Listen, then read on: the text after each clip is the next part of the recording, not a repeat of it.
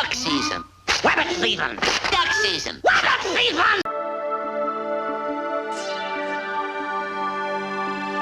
Hey guys, welcome to the Liberal Hive Mind, a channel solely focused on exposing the abundant hypocrisy of the left. Just insane, I mean absolutely insane. Democrats are always talking about how they're attempting to protect democracy, but while that's the rhetoric, behind the scenes, what are they doing? They're destroying the American system of governance. Never before have we seen such a gross, partisan abuse of power as we are seeing right now. The president cannot do his job. And you know, usually we'd be talking about Congress doing the obstructing, just like in Donald Trump's first term, where Republicans sided with Democrats in their effort to subvert his agenda. But now it's not Congress, it's the judges. I guess they're running the country now. Every time Trump takes an action here, some Obama-appointed Democrat activist judge swoops in pretty much the very next day to block it. And it's obvious what's happening here. The Democrats can't handle democracy. How ironic is that? They got kicked out of power, and instead of accepting the will of the people, they're now weaponizing the courts to subvert this duly elected government. They are abusing the judiciary to override the executive branch, essentially rendering the system completely unworkable. I'm just going to say it, a certain portion of the justice system is no longer an impartial legal institution. It has now become an extension of the Democrat Party. And that's being exposed more and more each and every single day. And we got a huge bombshell showing the deep conflicts of interest here. Another one of these obstructionist activist judges is being exposed as having a clear conflict of interest within his inner family. Let me show you guys exactly what's going on. We got some stuff to get into, so let's roll the tape. Alright folks, so another egregious example. Laura Loomer is doing some investigative work here, and she's now exposing Judge James Boasberg, the Obama-appointed judge who's attempting to block Donald Trump from deporting criminal illegal gang members, so far Venezuelan gang members, part of the notorious Tren de Aragua crew. Well, it turns out that his daughter, Catherine Boasberg, works for an NGO called Partners of Justice, which, you're not going to believe this, advises criminal illegal aliens on how to avoid deportation.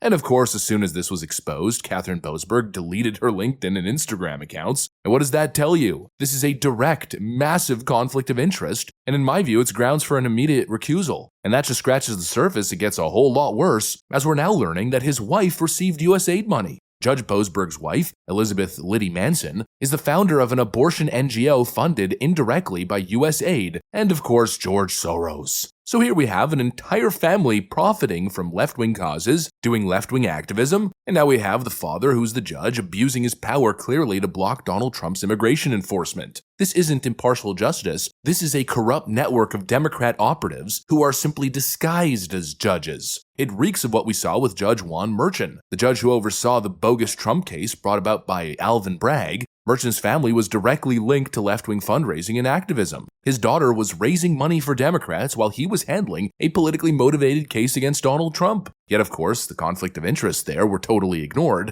as he helped push one of the most ridiculous legal assaults against a former president in the midst of an election cycle. What we are seeing is a pattern. It's no longer little isolated instances. It's not a coincidence that pretty much every single one of these judges is connected to a left-wing NGO, to Democrat fundraising organizations, and of course, pretty much every single one of them are Obama judges. Let's not forget another activist judge, Judge McConnell, another Obama appointee, who blocked the Trump administration from freezing US aid funding. Well, we all remember that clip that we played a couple weeks ago, or maybe around a month ago at this point, where he was caught on video comparing Donald Trump to some sort of tyrant. Where courts stand and enforce the rule of law, that is against arbitrary and capricious actions by what could be a tyrant or could be whatnot. We saw plenty of examples of that recently. And it enforces our values. Our values, in a legal sense, are the Constitution.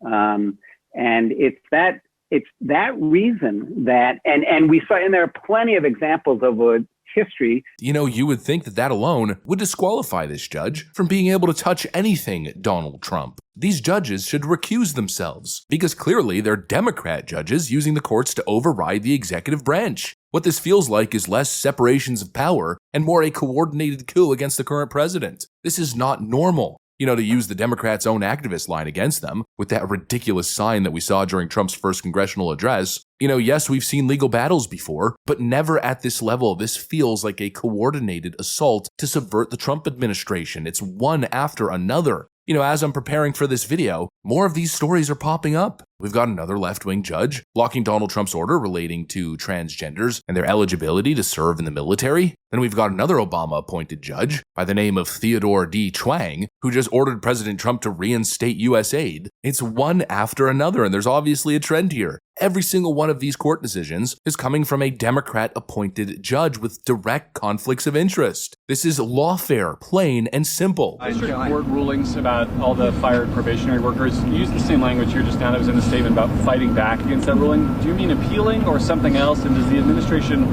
plan to comply with those orders in the meantime? Fighting back by appealing, fighting back by using the full weight of the White House counsel's office and our lawyers at the federal government who believe that this injunction is entirely unconstitutional, and it is for anybody who has a basic understanding of the law. You cannot have a low-level district court judge filing an injunction to usurp the executive authority of the President of the United States. That is completely absurd, and as the executive of the executive branch, the President has the ability to fire or hire, and you have these lower-level judges who are trying to block this President's agenda. It's very clear, and as I just cited, I was appalled by the statistic when I saw it this morning. In 1 month, in February, there have been 15 injunctions of this administration in our agenda. In 3 years under the Biden administration, there were 14 injunctions. So it's very clear that there are judicial activists throughout our judicial branch who are trying to block this president's executive authority. We are going to fight back. And as anyone who saw President Trump and his legal team fighting back, they know how to do it. He was indicted nearly 200 times, and he's in the Oval Office now because all of the indictments, all of these injunctions have always been unconstitutional and unfair. They are led by partisan activists who are trying to usurp the will of this president, and we're not going to stand for it. The Chief Justice said it was more than two centuries we understood that essentially impeachment was for very rare circumstances and not an appropriate response to rulings you disagree with. What's your reaction to the courts stepping in to make a statement here? They didn't make a statement when Joe Biden, decided to forgive all those student loans. Well, he didn't mention my name in the statement. I just saw it quickly. He didn't mention my name, but many people have called for his impeachment, the impeachment of this judge. I don't know who the judge is, but he's radical left. He was Obama appointed. And he actually said we shouldn't be able to take criminals, killers, murderers, horrible, the worst people, gang members, gang leaders, that we shouldn't be allowed to take them out of our country. Well, that's a presidential job. We are watching the judicial branch override the executive, not because of legal merit, but because of pure partisanship. They're attempting to block the mandate, pure and simple. In other words, it's weaponization of the justice system and a subversion of democracy, coming from the side that's constantly going on and on about democracy. Yeah, clearly they can't stand democracy when they don't get what they want, and so they're weaponizing the system to subvert it. Absolutely freaking despicable. Anyways, that's pretty much what I got for you guys on this one. Hopefully you enjoyed the video. If you did, make sure to leave a like and possibly subscribe. Thanks for watching, and I'll see you on the next one.